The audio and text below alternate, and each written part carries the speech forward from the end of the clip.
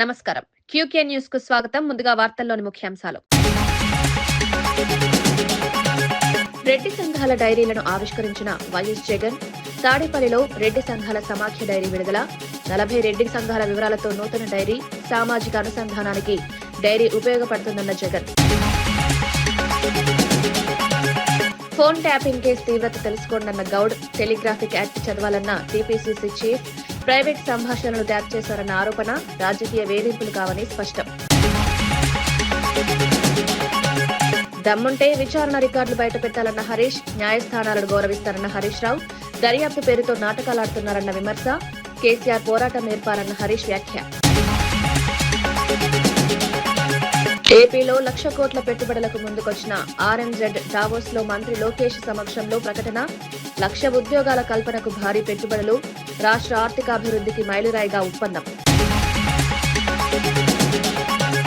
2 ఏళ్లలో కక్ష సాధింపు చర్యలు లేవన్న అడ్లూరి. గత 10 ఏళ్ల పాలనలో కమిషన్ల ఆరోపణలు, విచారణలను రాజకీయంగా మలుపు తిప్పొద్దన్న వ్యాఖ్య. పారదర్శక పాలనే ప్రభుత్వ లక్ష్యమని స్పష్టం. తాడేపల్లిలోని వైఎస్ఆర్సీపీ కేంద్ర కార్యాలయంలో ఆంధ్రప్రదేశ్ రెడ్డి సంఘాల సమాఖ్య కడప 2026 నూతన సంవత్సర డైరీలను మాజీ ముఖ్యమంత్రి వైఎస్ఆర్సీపీ అధినేత వైఎస్ జగన్మోహన్ రెడ్డి ఆవిష్కరించారు. రాష్ట్ర వ్యాప్తంగా వివిధ ప్రాంతాల్లో ఉన్న 40 రెడ్డి సంఘాల వివరాలను క్రోడీకరించి ఈ డైరీ రూపొందించారు. ఈ కార్యక్రమంలో Mangalagiri YSRCP in charge Dontireddy Vemareddy, employees and pensioners విభాగం రాష్ట్ర అధ్యక్షుడు నలమారు చంద్రశేఖర్ రెడ్డి, ఏపీ రెడ్డి సంఘాల సమాఖ్య అధ్యక్షుడు కె వెంకటకృష్ణారెడ్డి, ప్రధాన కార్యదర్శి L Kondareddy, treasurer doctor M Subbireddy తదితరులు పాల్గొన్నారు. సామాజిక సంఘాల మధ్య అనుసంధానం పెంచేలా ఈ డైరీ ఉపయోగపడుతుందని నేతలు తెలిపారు. కార్యక్రమం ఉత్సాహంగా సాగింది.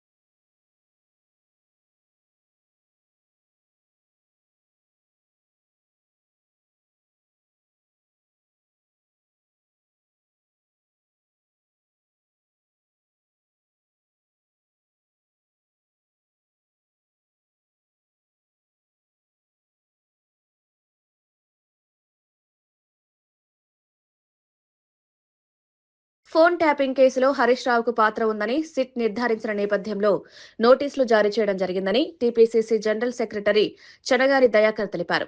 చట్టం, న్యాయ వ్యవస్థపై గౌరవం ఉంటే హరీష్ రావు సిట్ విచారణకు హాజరై పూర్తి స్థాయిలో సహకరించాలని ఆయన సూచించారు.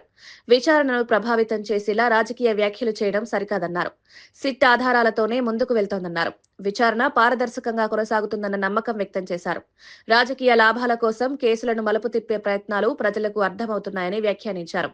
చట్టం ముందు అందరూ సమానమేనని స్పష్టం చేశారు. ఈ వ్యాఖ్యలు రాజకీయ వర్గాల్లో చర్చకు దారితీశాయి. ప్రభుత్వం ఒక ఐపీఎస్ ని సిట్టు వేసి అందరిని విచారించినటువంటి సందర్భంలో గత 10 రోజుల క్రితం ఎమ్మెల్సీ నవీన్ రావు కావచ్చు, ఒక ఛానల్ యజమాన్యం నడుపుతున్నటువంటి శ్రవణ్ రావు కావచ్చు, ఇట్లా కొంతమంది వాగ్మూలం ఇచ్చినటువంటి సందర్భంలో హరీష్ రావు గారి పాత్ర చాలా కీలకంగా ఉంది ఫోన్ ట్యాపింగ్ లో అని సిట్ అధికారులు నిర్ధారించి హరీష్ రావు గారికి ఈరోజు సిట్ అధికారులు నోటీస్ ఇచ్చి విచారణకు హాజరు కావాలంటే ఆ విచారణకు హాజరు కాకుండా తన పైన వచ్చినటువంటి గతంలో కవిత గారు కేసీఆర్ గారి కూతురే నా భర్త ఫోన్ ట్యాప్ చేసిరని మీడియా ముందు మాట్లాడితే కూడా ఇంతవరకు హరీష్ రావు గారు ఏ ఒక్కరోజు ప్రెస్ మీట్ పెట్టి మాట్లాడలేదు. హుజూరాబాద్ ఉప ఎన్నికల గెలవడం కోసం, అదేవిధంగా ఉమ్మడి మెదక్ జిల్లాలో ప్రతి రాజకీయ నాయకుడు ఫోన్ ట్యాపింగ్ పాల్పడింది హరీష్ రావు గారు అనే విషయం మనందరికి తెలుసు. కాబట్టి నిజంగా హరీష్ రావు గారి పైన, ఈ చట్టాల పైన, న్యాయస్థానాల పైన గౌరవం ఉంటే సిట్ విచారణకు హాజరై BRS MLA Harish Rao SIT విచారణపై టీపీసీసీ చీఫ్ మహేష్ కుమార్ గౌడ్ స్పందించారు. కేటీఆర్ కు లొట్టపీస్ తప్ప ఏమీ తెలియదని విమర్శించారు. టెలిగ్రాఫిక్ యాక్ట్ చదివితే కేసు తీవ్రత ఏంటో అర్థమవుతుందని వ్యాఖ్యానించారు. తన ఫోన్ తో పాటు షబీర్ అలీ ఫోన్ సహా పలువురి ఫోన్లు ట్యాప్ చేసి ప్రైవేట్ సంభాషణలు విన్నారని ఆరోపించారు. ఇది రాజకీయ వేధింపులు కాదన్నారు. వేధింపులు చేయాలంటే 2 ఏళ్లు వేచి చూడాల్సిన అవసరం ఉండేదా అని ప్రశ్నించారు. అప్పుడే జైలుకు పంపేవాళ్లమన్నారు. ఈ వ్యాఖ్యలు తెలంగాణ రాజకీయాల్లో తీవ్ర చర్చకు దారితీశాయి. కేసులు అయితే ఉన్నాయి. చట్టం తన పరిధిలో తన పని చేసుకుంటూ పోతుంది. ఒకటి మాత్రం చెప్పదలుచుకున్నా, ఫోన్ ట్యాపింగ్ అత్యంత హేయమైన చర్య. దీంట్లో ఎవరు దోషులకు తేలినా వారిని డెఫినెట్గా శిక్షించాల్సిందే. ఈ విషయంలో కేసీఆర్ కూడా నోటీసులు ఇచ్చే అవకాశం ఉంది సార్. చూస్తారు, చట్టం ఏ రకంగా పోతుందో చూడాలి. దాంట్లో ఆ చట్టంలోకి మనం ఇన్వాల్వ్ కాము కదా, మనం ఇంట్రూడ్ కాము. చట్టం తన పని తను చేసుకుంటూ పోతుంది. అవసరం అనుకున్నప్పుడు అనివార్యమైనప్పుడు ఇస్తారు. అంటే రాజకీయ వేధింపులు కేవలం కావాలనే కక్షగట్టి చేస్తుంది బీఆర్ఎస్ నేతలు. ఇప్పుడు మీరు చేసిన తప్పిదాలకి ఇప్పుడు ఎంక్వైరీలు జరుగుతూ ఉంటే ఇది రాజకీయ వేధింపు ఎట్లా అవుతుంది? నిజంగా రాజకీయ వేధింపు చేయాలని ముఖ్యమంత్రి రేవంత్ రెడ్డి గారికి అలాంటి ఏమైనా ఆలోచన ఉంటే మేము డిసెంబర్ 7న 2023 అధికారంలోకి వచ్చాం. డిసెంబర్ 10 కల్లా మీ అందరు జైల్లో ఉండేవాళ్ళు కదా. ప్రజాస్వామ్యాన్ని నమ్ముకున్నాం కాబట్టి, ప్రజాస్వామ్యబద్ధంగా ఎంక్వైరీ జరగాలి కాబట్టి, చట్టరీత్యా కార్యక్రమం ఉండాలి కాబట్టి 2 సంవత్సరాలు పట్టింది ఎంక్వైరీలు జరగడానికి. ఇదేం ఏకఛత్రాధిపతి ప్రభుత్వం కాదు రాగానే లోపడేయడానికి. రాజకీయ సాధించాలనుకుంటే ఎప్పుడు సాధించేవాళ్ళం. అలాంటి ఉద్దేశం లేదు, అలాంటి దురుద్దేశం లేదు. ఫోన్ ట్యాపింగ్ అనేది పెద్ద నేరమైనటువంటి కార్యక్రమం. దీని మీద డెఫినెట్గా ఎవరు తింటున్న వాళ్ళని వారికి శిక్ష అర్హులు అవుతారు. ఫోన్ ట్యాపింగ్ కేసుపై మాజీ మంత్రి ఎమ్మెల్యే టి హరీష్ రావు తీవ్రంగా స్పందించారు. న్యాయస్థానాలను గౌరవించే వ్యక్తిగా తాను ఏ విచారణకైనా హాజరవుతానని స్పష్టం చేశారు. కాస్కో రేవంత్ అంటూ సీఎం రేవంత్ రెడ్డిపై విమర్శలు గుప్పించారు. తన కుంభకోణాలను బయటపెడుతూనే ఉంటానని హెచ్చరించారు. కేసీఆర్ తమకు పోరాటం, త్యాగం నేర్పారన్నారు. దర్యాప్తు పేరిట ఆడుతున్న నాటకాన్ని తెలంగాణ ప్రజలు గమనిస్తున్నారని వ్యాఖ్యానించారు. లీకులు ఇవ్వడం కాదని, దమ్ముంటే ఈ రోజు జరిగిన విచారణ మొత్తం రికార్డు బయట పెట్టాలని సవాల్ విసిరారు. ఈ వ్యాఖ్యలు రాజకీయ వేడిని పెంచాయి. మహాలక్ష్మి 2500 పత్తా లేదు, 4000 పింఛను. ఇవాళ ముసలోళ్ళు కళ్ళల్లో వత్తులు వేసుకొని అవ్వాతాతలు ఎదురు చూస్తున్నారు. వాటి గురించి మాట్లాడు. ఈ నోటీసులు మమ్మల్ని భయపెట్టలేవు సరికదా, మీ పతనాన్ని మరింత వేగవంతం చేస్తాయి. గుర్తుపెట్టుకో రేవంత్ రెడ్డి, ఇలాంటి నోటీసులతో మేము భయపడం. నీ రాజకీయ పతనం మరింత పేక మేడల్లాగా కూలిపోయే రోజులు దగ్గరలో ఉన్నాయి. నీ పతనానికి నువ్వే నాంది పలుకుతున్నావు. నీ పతనానికి నువ్వే అడుగులు వేస్తా ఉన్నావు. ఈ నోటీసులు నీ పతనాన్ని వేగవంతం చేస్తాయి. చూసుకుందాం. బట్ మేము ఫైనల్గా మళ్ళీ డిమాండ్ చేస్తున్నాం, నీకు నిజాయితీ ఉంటే, తప్పు చేయకపోతే సైట్ విజిట్ సర్టిఫికెట్ల పేరిట సింగరేణిలో జరిగిన కుంభకోణాల మీద సిట్టింగ్ జడ్జితో విచారణ జరపాలని మళ్ళీ డిమాండ్ చేస్తున్నాం. నువ్వు విచారణ ఒప్పుకోలేదంటే, నువ్వు విచారణకు ముందుకు రాలేదంటే, నీ బావమరిది కుంభకోణం చేసింది నిజం, కుంభకోణం జరిగింది నిజం. అందుకే నువ్వు భయపడి విచారణ జరుపుతలేవని మేము భావించాల్సి ఉంటుంది. నిజాయితీ ఉంటే, ధైర్యం ఉంటే వెంటనే సిట్టింగ్ జడ్జితో విచారణ జరుపు. లేదంటే మా అంటే 2 ఏళ్లే కదా, బీఆర్ఎస్ ప్రభుత్వం వచ్చేది ఖాయం, విచారణ జరిపేది ఖాయం, మీ అవినీతిని కక్కిచ్చేది ఖాయం, కటకటాల వెనుక మిమ్మల్ని ఫోన్ ట్యాపింగ్ కేసు విచారణ తీరుపై సీనియర్ న్యాయవాది భరత్ తీవ్ర సందేహాలు వ్యక్తం చేశారు. నిన్న రాత్రి హరీష్ రావుతో కలిసి రానున్న న్యాయవాదుల పేర్లు ఇవ్వమని పోలీసులు అడిగారని తెలిపారు.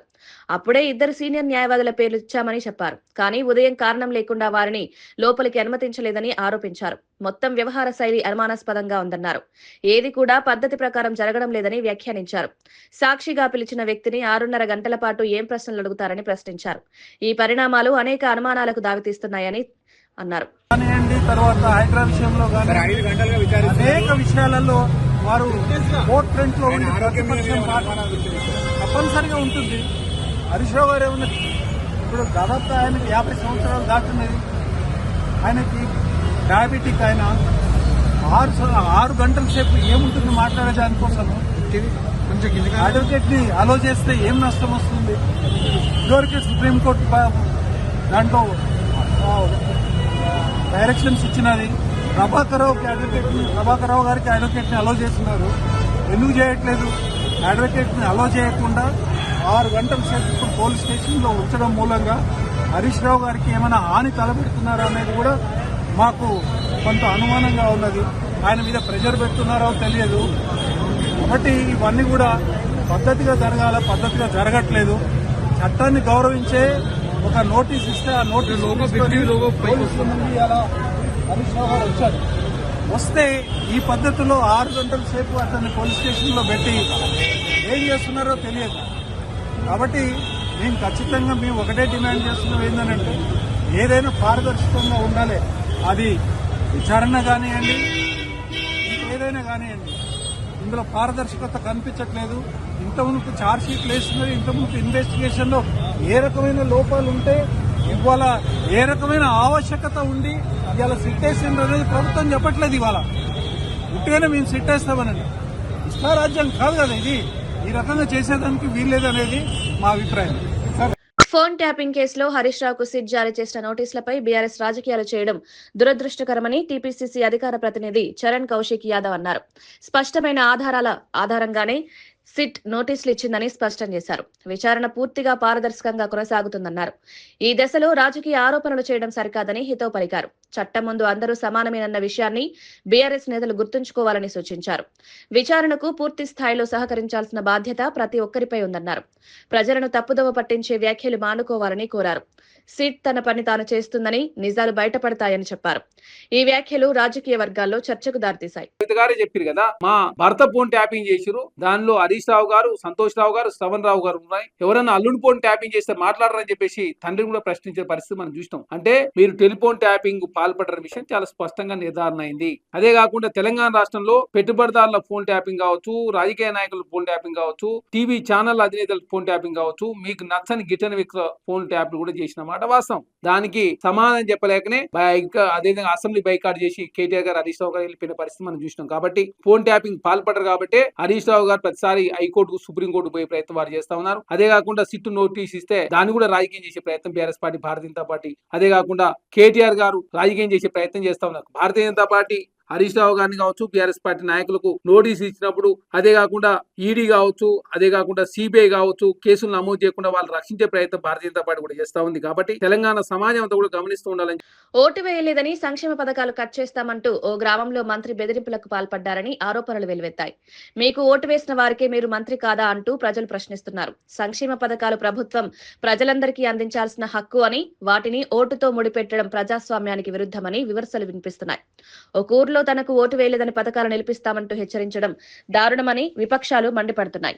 ఈ వ్యవహారం రాజకీయంగా తీవ్ర దుమారం రేపుతోంది. ప్రజలను భయపెట్టే రాజకీయ సంస్కృతి తగదని సామాజిక వర్గాలు స్పందిస్తున్నాయి. ఈ ఘటనపై స్పష్టత ఇవ్వాలని డిమాండ్ పెరుగుతోంది. వద్దంటే వెనక్కి ఇస్తారా మీరు? ఇప్పుడు 1.5 సంవత్సరం నుంచి మేము ఇస్తున్న పెన్షన్లు రెడ్డి గారులు అందరూ తీసుకున్నారే, అన్నదాత సుఖీభావ ఇస్తే తీసుకున్నారే, అలాగే తల్లికి వందనం ఇస్తే మీ బిడ్డలకి తీసుకున్నారే. ఈరోజు అనేక కార్యక్రమాలు మీకు అందిస్తే ఇవన్నీ పొందారే. కానీ ఇవాళ ఎలక్షన్ వస్తే ఓటు వేయడానికి అడిగితే రెడ్డి గారుల పార్టీయా? అట్లే రెడ్డి గారులను లెక్కేసి తీసేద్దాం. ఇప్పుడు రెడ్డి గారులు కాని వాళ్ళకి ఇంకో 10 ఎక్కువ ఇస్తాను నేను. ఇక్కడ ఇచ్చిపోమంటారా? మీ అన్ని పీకి నాకు 5 నిమిషాలు పట్టదు. ఒక్క క్షణం ఏదో ఎంఆర్ఓ ఉన్నాడు, ఎంపీడీఓ ఉన్నాడు. ఎవరికైతే మాకు వ్యతిరేకంగా ఈ ఊర్లో పనిచేశారో నా దగ్గర లిస్ట్ ఉంది, పేర్లు ఉన్నాయి. ఎవరైతే 1వ తారీఖు అంతా పెన్షన్లు మాకు వచ్చినాయి అని చెప్పి తీసుకుంటున్నారో ఇంటి గడపకాడ వాళ్ళ పేర్లు చెప్పి తీసేయమన్నా చెప్పేదా? కానీ సభ్యత స్థానిక సంస్థల ప్రజాప్రతినిధులకు కనీస గౌరవ వేతనం కూడా ఇవ్వడం లేదంటూ ఏపీ హైకోర్టులో దాఖలైన రిట్ పిటిషన్ విచారణకు వచ్చింది. ఈ సందర్భంగా ప్రభుత్వ తీరుపై హైకోర్టు తీవ్ర అసంతృప్తి వ్యక్తం చేసింది. ఎందుకు గౌరవ వేతనం ఇవ్వలేదని ప్రభుత్వాన్ని ప్రశ్నించింది. వైఎస్ఆర్సీపీ పంచాయతీరాజ్ విభాగం అధ్యక్షుడు వెన్నుపూస రవీంద్రారెడ్డి ఈ విషయాన్ని ప్రస్తావిస్తూ ప్రజాప్రతినిధులను నిర్లక్ష్యం చేయడం సరికాదన్నారు. గ్రామ స్థాయిలో పనిచేసే ప్రజాప్రతినిధులకు ఆర్థిక భద్రత కల్పించాల్సిన బాధ్యత ప్రభుత్వంపై ఉందన్నారు. హైకోర్టు వ్యాఖ్యలు ప్రభుత్వానికి హెచ్చరికగా మారాయని రాజకీయ వర్గాలు విశ్లేషిస్తున్నాయి. ప్రతినిధులు వాళ్ళు కూడా మనుషులే, వాళ్ళు కూడా ప్రజల చేత ఎన్నుకోబడినటువంటి వాళ్ళే. వాళ్ళ జ్యూరిస్డిక్షన్ మేరకు, వాళ్ళకున్నటువంటి టెరిటోరియల్ జ్యూరిస్డిక్షన్ మేరకు వాళ్ళు కూడా ఎన్నుకున్నటువంటి ప్రజల చేత ఎన్నుకోబడినటువంటి వాళ్ళే. కాబట్టి మీకు ఏదైతే ఉందో హక్కు, అన్ని హక్కులు కూడా వాళ్ళకు కూడా సమాంతరంగా ఉంటాయనేటువంటి కనీస విచక్షణ మీకు లేదా అని చెప్పి సందర్భంగా అడుగుతా ఉన్నా.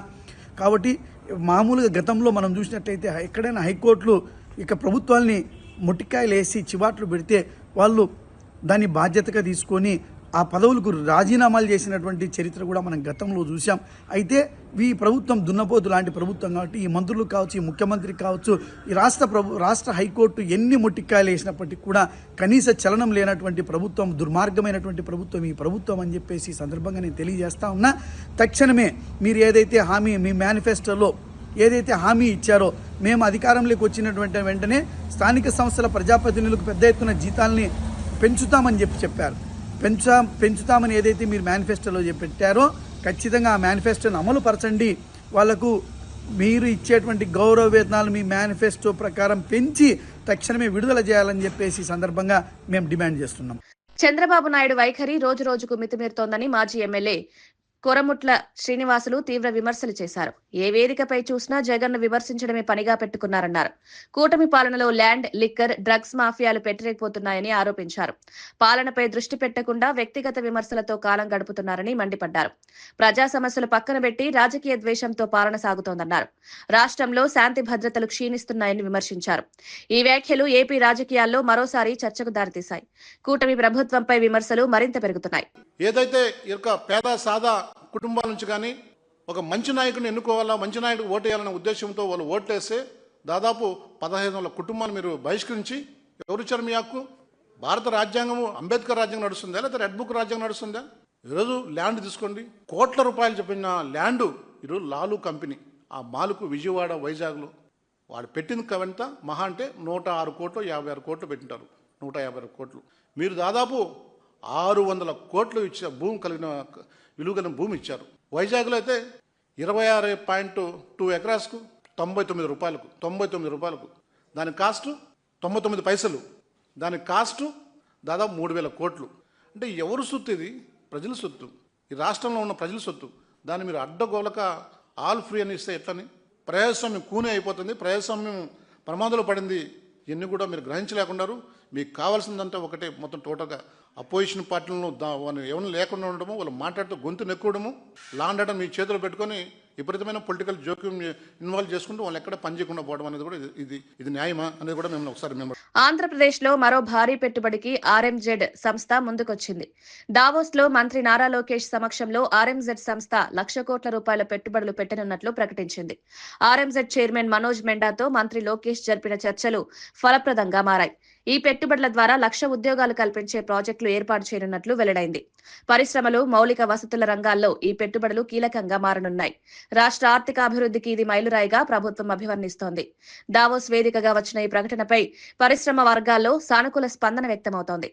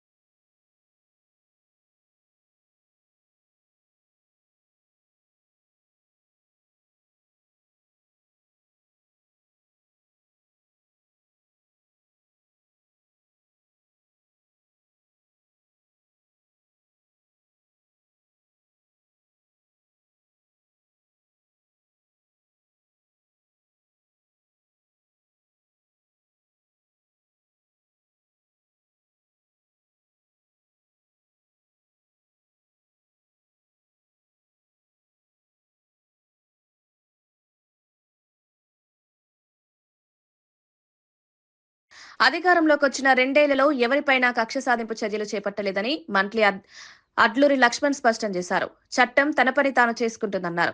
బీఆర్ఎస్ పార్టీ గత 10 ఏళ్ల పాలనలో కమిషన్ల మీద కక్కుర్తిపడి రాష్ట్రాన్ని దోచుకుందని తీవ్ర విమర్శలు చేశారు. కవిత చేసిన ఆరోపణలపై హరీష్ రావు సమాధానం చెప్పాలని డిమాండ్ చేశారు.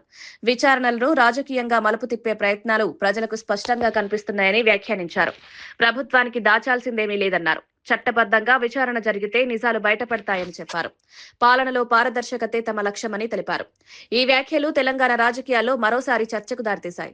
చేసుకుంటది వారు ప్రభుత్వంలో 10 సంవత్సరాలు మేమే రాజులం, మేమే మంత్రులం, మాకెవరు ఎదురు లేరని చేసి పాపాలు చేసి కమిషన్ల మీద కకృతిపడి ఇష్టానుసారంగా ఈ రాష్ట్రాన్ని దోసుకొని లూటీ చేస్తే ఒక్కొక్కటి బయటకు వస్తుంటే ఏం చెప్పలేని పరిస్థితి లోపల మా ప్రభుత్వం మీద మా ముఖ్యమంత్రి మీద బురద జల్లుతుంది కాబట్టి తప్ప ఎక్కడ కూడా వాళ్ళకి అవకాశం లేదు. ఈరోజు మేము ప్రభుత్వంలో ఉన్నటువంటి ఒక రాష్ట్ర మంత్రిగా నేను చెప్తున్నా, నేను నిజంగా నువ్వు సత్యశీలుడివి, నువ్వు నీతివంతుడు అయితే వాళ్ళు కేవలం నోటీసు పంపించిళ్ళు. ఆ నోటీస్కి నువ్వు రిప్లై ఏమని నోటీసు పంపించిళ్ళు, దేనికోసం నోటీసు పంపించిళ్ళు, ఏమని అడుగుతున్నారు సిట్ బృందం అనే దాని మీద ప్రజలకు జవాబు చెప్పు. లేదంటే మా సోదరిమణి మాజీ పార్లమెంట్ సభ్యురాలు మా కవితక్క మాట్లాడిన మాటల కన్నా నువ్వు జవాబు చెప్పు. హరీష్ రావు గారు మిమ్మల్ని అన్నారు కదా, మీ యొక్క బంధువు మాజీ ఎంపీ కవితక్క గారు మాట్లాడిళ్ళు, ఈ రాష్ట్రాన్ని దోసుకున్నారు, ఈ రాష్ట్రాన్ని అన్ని విధాల నష్టం చేసిందని మాట్లాడిన కవితకు హరీష్ రావు నువ్వే కర్త కర్మ క్రియ అని చెప్పి పేరు పెట్టి మీతో మాట్లాడింది, దానికి ఫస్ట్ జవాబు చెప్పు. హైదరాబాద్ దోమలగూడ ఇందిరా పార్క్ ధర్నా చౌక్ లో తెలంగాణ ఉద్యమకారులు చేపట్టిన పోరు దీక్షకు రాజ్యసభ సభ్యుడు ఆర్ కృష్ణయ్య సంఘీభావం ప్రకటించారు. కళాకారుల విప్లవాత్మక స్ఫూర్తితోనే సమాజంలో మార్పు వస్తుందన్నారు. అర్హులైన కళాకారులు ఉద్యోగాల సాధన కోసం పోరాటం కొనసాగించాలని పిలుపునిచ్చారు. కళాకారుల సమస్యల పరిష్కారంలో ప్రభుత్వం మొండి వైఖరి వీడాలని డిమాండ్ చేశారు. బీసీ సంక్షేమ సంఘం అధ్యక్షుడు జాజుల శ్రీనివాస్ గౌడ్, ఉద్యమ కళాకారుల సంఘం అధ్యక్షుడు వెంకటేశం తదితరులు పాల్గొన్నారు. కళాకారుల జీవన భద్రతపై ప్రభుత్వం స్పష్టమైన నిర్ణయం తీసుకోవాలని వక్తలు కోరారు. ఈ ధర్నా రాష్ట్ర వ్యాప్తంగా దృష్టిని ఆకర్షించింది. సమాజాన్ని మరింత మార్పు తీసుకురావాలని సమూలాగ్రమైనటువంటి మనం ఇప్పటికే పోరాటాల ద్వారా సమాజంలో చాలా మార్పులు తీసుకొచ్చాం. ఇప్పుడు రాజ్యాధికారం కోసం పోరాడడం ఒక భాగం. బిగినింగ్ లో మేము కొట్లాడినప్పుడల్లా విద్య కోసమే కొట్లాడాం. విద్య ద్వారానే ఎస్సీ ఎస్టీ బీసీలు బాగుపడతాం. స్థానిక సంస్థల ఎన్నికలు సమీపిస్తున్న నేపథ్యంలో సూర్యాపేట జిల్లా నేరేడుచర్లలోని 15 వార్డులను కాంగ్రెస్ పార్టీ కైవసం చేసుకోవాలని మంత్రి ఉత్తమ్ కుమార్ రెడ్డి శ్రేణులకు దిశానిర్దేశం చేశారు. నేరేడుచర్లలో నిర్వహించిన సమీక్ష సమావేశంలో ఆయన పాల్గొన్నారు. గతంలో ఎన్నడూ లేని విధంగా అభివృద్ధి కార్యక్రమాలు చేపట్టామన్నారు. సాగర్ ఆయకట్టు ద్వారా చరిత్రలో తొలిసారి అత్యధిక పంటలు పండాయన్నారు. కృష్ణా గోదావరి జలాల వినియోగంలో రాష్ట్రానికి నష్టం జరగకుండా పోరాటం చేస్తున్నామని వివరించారు. మరో 4 వారాల్లో పురపాలక ఎన్నికల నోటిఫికేషన్ విడుదలయ్యే అవకాశం ఉందని వెల్లడించారు. పార్టీ శ్రేణులు సమన్వయంతో పనిచేయాలని సూచించారు. అవకాశం ఉందని మంత్రి ఉత్తమ్ కుమార్ రెడ్డి వెల్లడించారు. మన కాంగ్రెస్ ప్రభుత్వంలో కృష్ణా నది గోదావరి నదీ జలాల విషయంలో ఒక్క చుక్క కూడా మన హక్కు బదులుకోని చెప్పిన సమావేశం. కృష్ణా నదీ జలాల విషయంలో గోదావరి నది జలాల్లో గత టీఆర్ఎస్ ప్రభుత్వం 10 ఏళ్లలో అన్యాయం జరిగింది. వాళ్ళకి తెలుసో తెలియకనో సమర్థత లేకనో లేకపోతే శ్రద్ధ లేకనో ఆ నది అన్యాయం కూడా ఇప్పుడు సమస్యస్తున్నాం. నాగార్జున సాగర్ డ్యాం కట్టిన తర్వాత నాగార్జున సాగర్ ఆయకట్టు కింద రికార్డు స్థాయి పంట పండింది. మనం నైనీ బ్లాక్ లో ఏం జరిగిందో రాష్ట్ర ప్రజలకు తెలియాలని బీజేపీ రాష్ట్ర అధ్యక్షుడు రామచంద్రరావు డిమాండ్ చేశారు. ఎందుకు టెండర్లు రద్దు చేశారో ప్రభుత్వం ప్రజలకు చెప్పాలని కోరారు. ఢిల్లీలో మీడియాతో మాట్లాడిన ఆయన సింగరేణి టెండర్ల విషయంలో 2 ప్రభుత్వాలు చేసిన అవినీతిపై సమగ్ర దర్యాప్తు జరగాలన్నారు. సింగరేణి పరిపాలన అధికార రాష్ట్ర ప్రభుత్వం చేతుల్లోనే ఉందని స్పష్టం చేశారు. ఫోన్ ట్యాపింగ్ పేరుతో ప్రజలను మభ్యపెట్టే ప్రయత్నం జరుగుతోందని విమర్శించారు. కేంద్ర విచారణ సంస్థలకు సహకరిస్తే కోట్ల రూపాయల కుంభకోణాలు బయటపడతాయన్నారు. ఈ వ్యాఖ్యలు రాజకీయంగా ప్రాధాన్యం సంతరించుకున్నాయి. పార్టీ ఏ రోజైతే ప్రభుత్వాలు వచ్చి సింగరేణిని తన సొంత ప్రాపర్టీ కింద సొంత ఆస్తి కింద వాడుకున్నటువంటి ఒక సమయం నుంచి ఈ రోజు మంత్రులు మా వాళ్ళకి ఇవ్వాలి కాంట్రాక్టులు, మాకు ఇవ్వాలి కాంట్రాక్టులు, మాకు దీంట్లో ఇంత రావాలి, మా వాడికి ఎందుకు ఇవ్వరు అనేటటువంటి కొట్లాడ దాకా ఈ అన్నింటి మీదుగా సమగ్ర ఒక విచారణ జరపాల్సింది అని చెప్పి భారతీయ జనతా పార్టీ డిమాండ్ చేస్తూ ఉంది. హరీష్ రావు గారికి నేను ఒకటే చెప్తాను, మీరు ఏదో ఉత్తరం రాసి కిషన్ రెడ్డి గారికి ఇంకేదో ఎంక్వైరీ కావాలని చెప్పేసి మీరేదో శుద్ధ పూసిన బీఆర్ఎస్ పార్టీ, అది పొరపాటు. ఈ రాష్ట్రానికి బస్టు పెట్టించింది, పాపం తగిలించింది ఫస్ట్ మీరు, దాన్ని కొనసాగిస్తుంది కాంగ్రెస్ పార్టీ. కాబట్టి ఇద్దరు పాపాత్ములు. వార్తలు ముగించే ముందు ముఖ్యాంశాలు మరోసారి. రెడ్డి సంఘాల డైరీలను ఆవిష్కరించిన వైఎస్ జగన్. తాడేపల్లిలో రెడ్డి సంఘాల సమాఖ్య డైరీ విడుదల. 40 రెడ్డి సంఘాల వివరాలతో నూతన డైరీ. సామాజిక అనుసంధానానికి డైరీ ఉపయోగపడుతుందన్న జగన్. ఫోన్ ట్యాపింగ్ కేసు తీవ్రత తెలుసుకోండన్న గౌడ్. టెలిగ్రాఫిక్ యాక్ట్ చదవాలన్న టీపీసీసీ చీఫ్. ప్రైవేట్ సంభాషణలు ట్యాప్ చేశారన్న ఆరోపణ రాజకీయ వేధింపులు కావని స్పష్టం. దమ్ముంటే విచారణ రికార్డులు బయటపెట్టాలన్న హరీష్. న్యాయస్థానాలను గౌరవిస్తారన్న హరీష్ రావు. దర్యాప్తు పేరుతో నాటకాలాడుతున్నారన్న విమర్శ. కేసీఆర్ పోరాటం నేర్పారన్న హరీష్ వ్యాఖ్య. ఏపీలో 1,00,000 కోట్ల పెట్టుబడులకు ముందుకొచ్చిన ఆర్ఎంజెడ్ డావోస్ లో మంత్రి లోకేష్ సమక్షంలో ప్రకటన. 1,00,000 ఉద్యోగాల కల్పనకు భారీ పెట్టుబడులు. రాష్ట్ర ఆర్థికాభివృద్ధికి మైలురాయిగా ఒప్పందం. రెండేళ్లలో కక్ష సాధింపు చర్యలు లేవన్న అడ్లూరి. గత 10 ఏళ్ల పాలనలో కమిషన్ల ఆరోపణలు, విచారణలను రాజకీయంగా మలుపు తిప్పొద్దన్న వ్యాఖ్య. పారదర్శక పాలనే ప్రభుత్వ లక్ష్యమని స్పష్టం. ఇవి ఈనాటి వార్తా విశేషాలు. మరో బులెటిన్లో మళ్ళీ కలుద్దాం. నమస్కారం.